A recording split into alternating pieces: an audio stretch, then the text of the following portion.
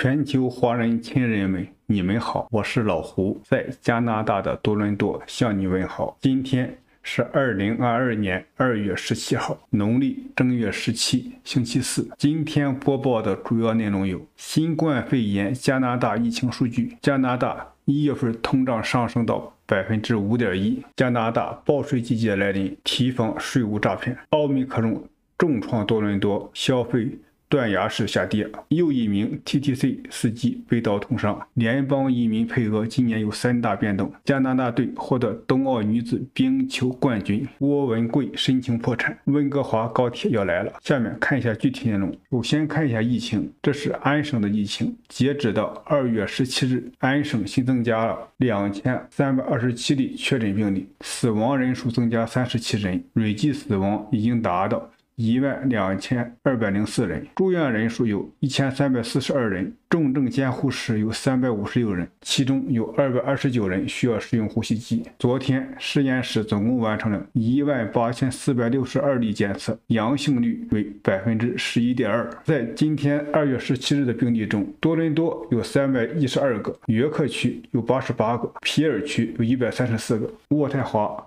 有182个。碧溪省的疫情，碧溪省2月16日新增加了750例确诊病例，住院人数为762人，其中重症监护室有121人，死亡新增加了11人，累计死亡已经达到2777人。阿尔伯塔疫情，阿尔伯塔2月15日新增888例确诊病例，有1500人住院接受治疗，重症监护室有121人，累计死亡已经达到3804人。魁北克疫情，魁北克2月17日新增加了2055例新冠确诊病例，有1902人住院接受治疗，死亡人数增加22人，累计达到13812人。截止到2月17日中午，全加拿大累计确诊是322万，比昨天增加8700多人，累计死亡是35785人，大概比昨天大概增加110多人，累计治愈大概是305万，现有确诊是130857人。加拿大1月份通胀上升5.1%。加拿大统计局2月16日报告，加拿大1月份年度通货膨胀率上升到5.1%，30年来首次超过5%。推动1月份增长的主要是住房、汽油和食品杂货的价格。与去年1月份相比，2022年1月的汽油价格上涨了31.7%，主要原因是俄罗斯对乌克兰采取军事行动的威胁，使全球石油供应的担忧日益增加。如果不包括汽油价格，1月份的年通货膨胀率将是4.3%，这是统计局有记录以来的最快增速。食品杂货的价格同比增长了6.5%，2009年5月以来最大的年度增幅。与12月相比，1月份的牛肉、鸡肉和鱼肉的价格都上升得很快，而人造黄油和调味品的价格与2021年1月相比上升了2位数。加拿大统计局表示，与全球供应链问题有关的较高的运输成本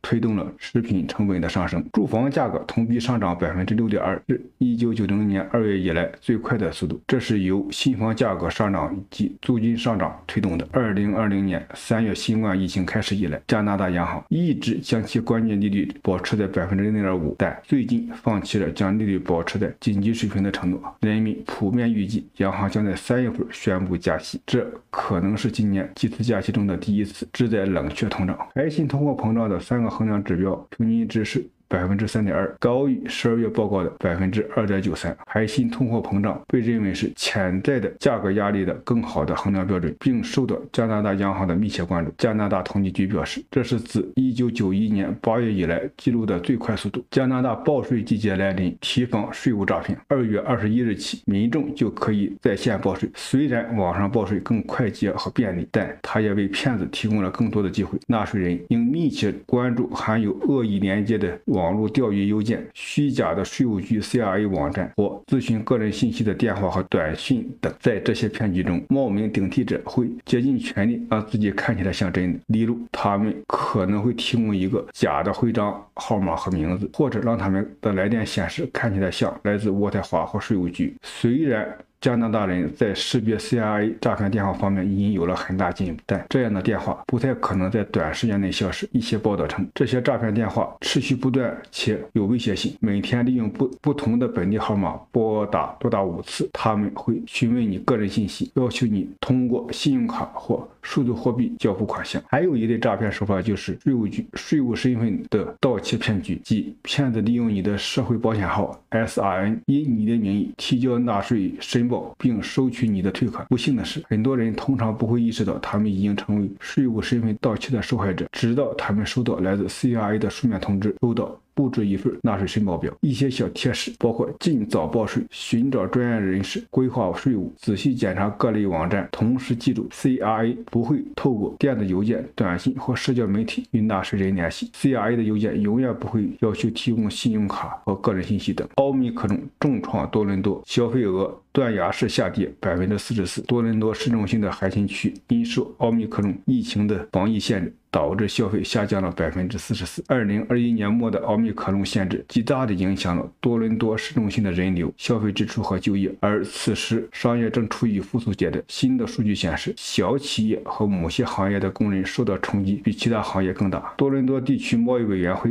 2月16日公布的最新数据显示，2021年11月后的消费下降，特别是在大都市中心。由于工人继续远程办公而不是返回办公室，那里的消费比2019年的水平低44%。这种支出的下降是由娱乐、食品和其他类似的行业推动的。这些数字表明，在新冠的最初几波疫情之后，奥密克戎再一次阻碍了多伦多的复苏。它伤害了经济，也伤害了企业，特别是直接面向消费者的企业，如餐馆和健身房，他们有更多限制。在奥密克戎限制出台以后，就业就受到了打击，特别是在食品、住宿、文化和娱乐行业。在整个2021年，多伦多的企业一直在恢复，因为更多的游客和工人回到了市中心的核心区。尽管放松了限制，但企业仍在努力应对不断上升的债务水平。然而，数据显示，在奥密克戎期间，工人和游客都选择大部分时间在家里。加拿大独立商业联合会主任说，即使像容量限制这样的限制取消，消费者的习惯是否已经永久改变的问题仍然存在。如果你在金融区的员工被允许在家工作，人流量就会变少。金融区的企业尤其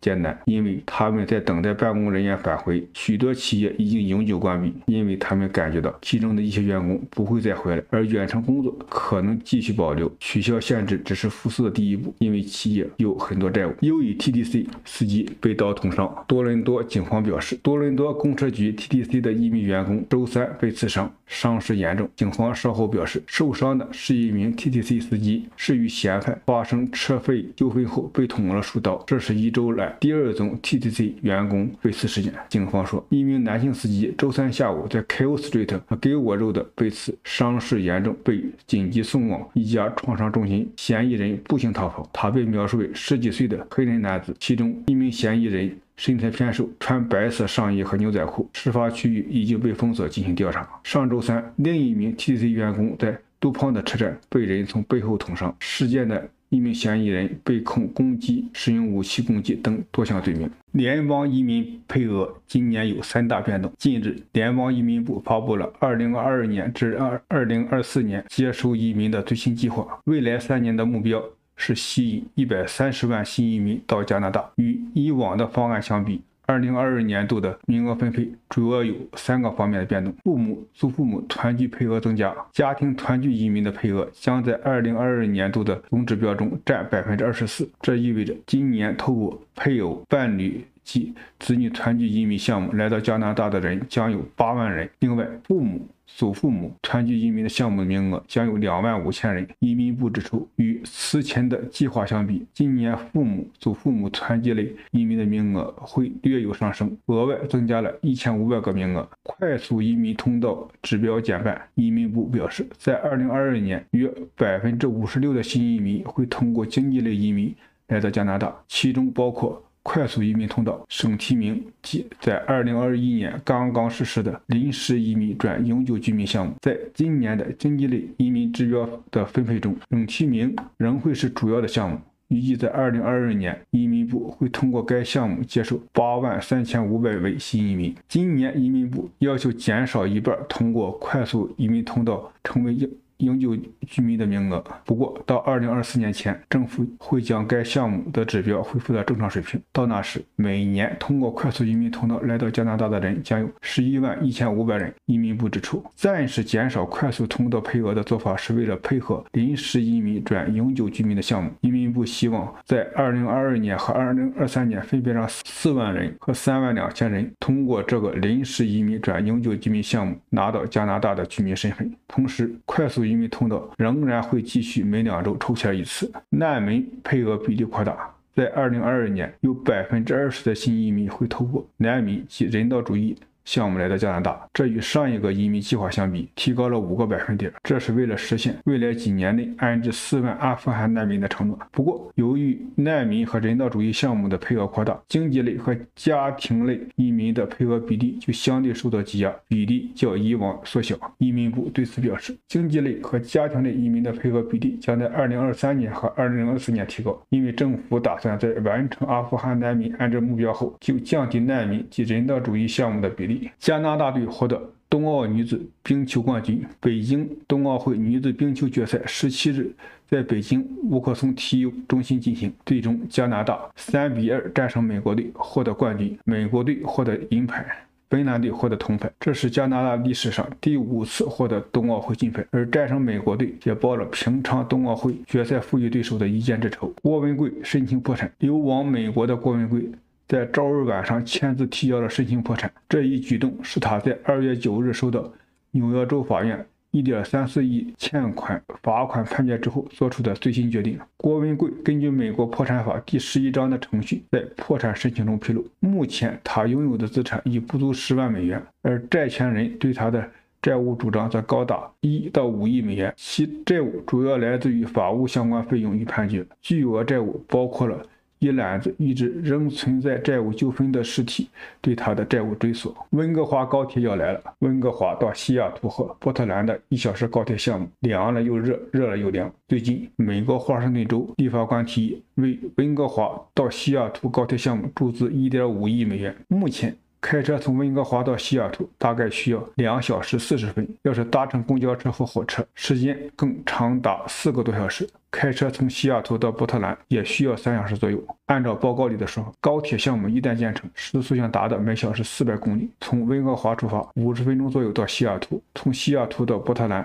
同样只需要50分钟左右。据报道，此次提出注资的1.5亿美元虽然数目不大，但意义非同一般，毕竟这是一个跨越了2个国家3大都市圈的庞大计划。新的注资可能将推动该项目进入一个新的阶段，预计资金将主要用于项目规划，包括更详细的技术分析、公众咨询、对环境的影响研究、筹资研究、对商业案例及运营模式的进一步分析。目前各方仍在对温哥华、西雅图、波特兰的高铁项目进行深入规划，希望能够和美国总统拜登去年底签署的10000亿美元基建法案相匹配，进一步争取来自联邦政府的资金。如果华盛顿州批准了这项1.5亿美元的投资计划，预计可能会通过各种方式筹集约7亿美元的美国联邦资金，用于进一步推动这一项目。按照美国华盛顿州交通部之前发布的报告，温哥华、西雅图、波特兰高铁通车之后，将打造一个充满活力的1小时都市圈。未来的温哥华到西雅图及波特兰的高铁还将在素里、贝林汉、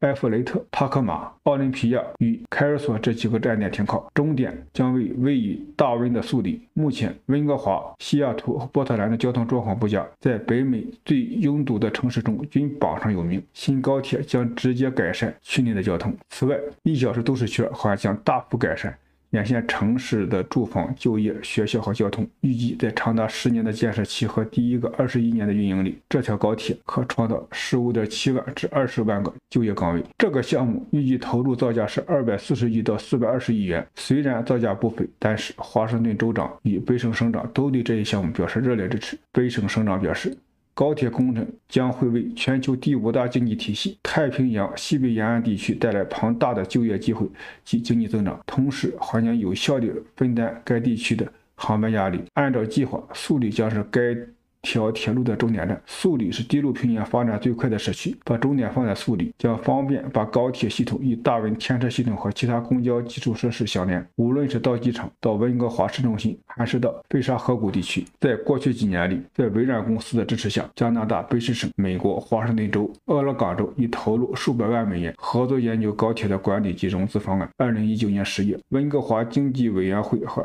大西雅图合作伙伴约定，将共同打造卡斯卡亚迪经济体，把温哥华、西雅图都市圈建成科技走廊和创新中心，一个不亚于旧金山的北美超级经济湾区。可惜，接下来的新冠疫情席卷全球，这一项目也是一波三折。自2020年最后一次被提及之后，就束之高阁，再无进展。看一下汇率和天气预报：2月17号，100加元大概兑换498.90元人民币。明天18号的天气预报：渥太华-10度到-18度。少云，多伦多-6度到-7度，少云，温哥华8度到5度有雨，魁北克-4度到-9度有雪，卡尔加里-1度到-4度有雪。以上就是这次的主要内容，多谢您的支持，衷心希望你能订阅此频道，再见。